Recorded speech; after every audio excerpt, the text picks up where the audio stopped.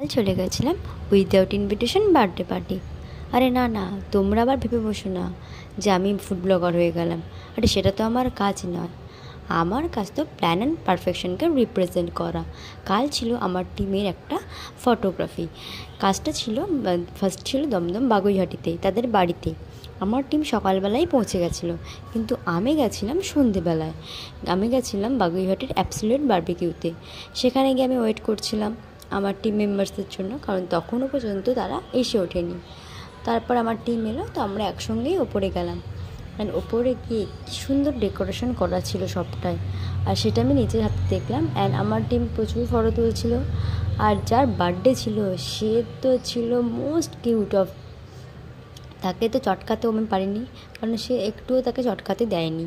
কিন্তু সে এতটাই দুরন্ত ছিল যে সে কারোর কাছে যাচ্ছিল না, ইভেন সে ফটোও তুলতে চাইছিল না। কিন্তু অনেক কষ্টে বুঝিয়ে বাজিয়ে আমার দাদাকে বুঝিয়ে বাজিয়ে প্রচুর ফটো তুলেছে। আর খুব তাড়াতাড়ি ফটো অ্যান্ড কাজ নিয়েও তোমাদের সামনে আসবো। আর একমাত্র আমার দাদারাই বুঝতে পেরেছিল যে কালকে তারা কাদের সঙ্গে কাজ করেছে। খুব মজা করেছে যেটুকুনি টাইম ছিলাম। প্রিয়াঙ্কাদি তো ভীষণ ভালো, সবাইকে কালকে যাবার পর কন্টিনিউয়াসলি আমার সঙ্গে কথা বলেছে। ইভেন যারা যারা আসছিলো সবাইকে অ্যাটেন্ড করছিলো। সবসময় আমাদের সঙ্গে কথা বলাটা সম্ভব হয় না, কিন্তু আমি আমার টিমের সঙ্গেই ছিলাম। আর প্রতিটা মুভমেন্ট এনজয় করছিলাম, কিছু ভিডিও করছিলাম।